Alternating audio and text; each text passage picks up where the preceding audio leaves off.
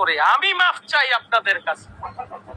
নিজেকে পরিবর্তিত করেন, নিজেকে আলোকিত করেন। সময় শেষ হয়ে যাইতেছে, জানি না আগামী রমজান আর পাবো কিনা, আপনি পাবেন কিনা জানি না। এই যে দয়ার দরজা খুলে রাখছেন আল্লাহ, যদি এইবার নিজের মাফটা আল্লাহর কাছ থেকে নিতে পারি,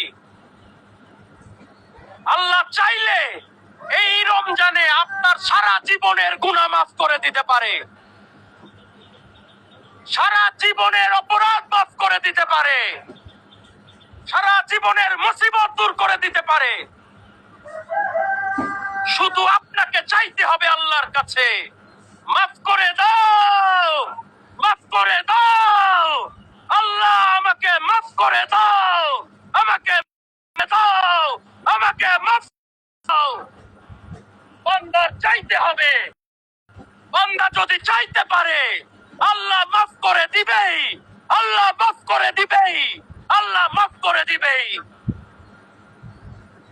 আমার আশিকে রাসূলেরা মাফ চাওয়া শিখেন, মাফ চাওয়া শিখেন, মাফ চান সকালে বিকালে রাতে সেহরি ইফতারিতে, বলেন আল্লাহ মাফ করে দাও, আমার গুনাহগুলি মাফ করে দাও, আমার অপরাধ মাফ করে দাও, আমাকে ক্ষমা করে দাও, আমাকে মাফ করে দাও।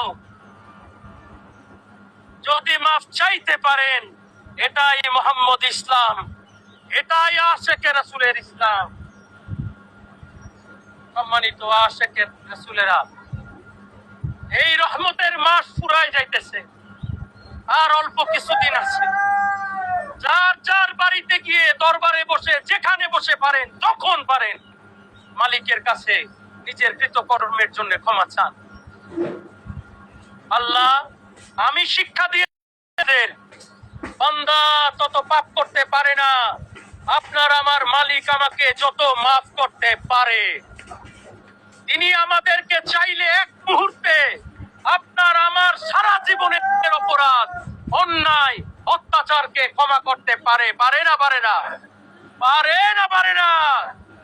তাই মাফ চান, ক্ষমা চান, মালিকের কাছে মাফ চান। এটাই মুহাম্মদ ইসলাম। অবনত শিরে মালিকের কাছে ক্ষমা চাওয়ার নাম মুহাম্মদ ইসলাম। জগৎ থেকে এই ক্ষমা চাওয়া হারিয়ে গেছে, জগৎ থেকে মাফ চাওয়া হারিয়ে গেছে।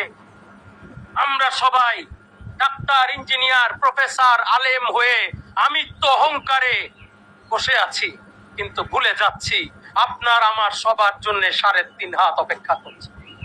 ওই দিন জিজ্ঞাসা করা হবে না তুমি ডাক্তার ছিলা কিনা, জানতে চাওয়া হবে না তুমি প্রফেসর ছিলা কিনা, জানতে চাওয়া হবে না তুমি আলেম ছিলা কিনা, জানতে চাওয়া হবে না তুমি শিক্ষক ছিলা কিনা, জানতে চাওয়া হবে তুমি সন্তুষ্টি অর্জন করেছো না করো নাই।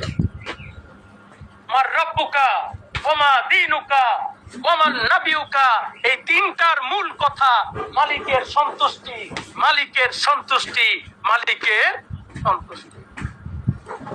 তাই দাঁত থাকতে দাঁতের মর্ম বুঝেন, হায়াত থাকতে ক্ষমা চান, হায়াত চলে গেলে ক্ষমা চাওয়ার দরজা বন্ধ হয়ে যাবে। সম্মানিত আশিকে রাসূলেরা, আমার কথায় কষ্ট নিয়েন না, আমি কষ্ট দেওয়ার জন্য বলি নাই। কিন্তু শিক্ষক যদি ছাত্রকে শিক্ষা না দেয়, রসিলা গল্প বলে চলে যায়,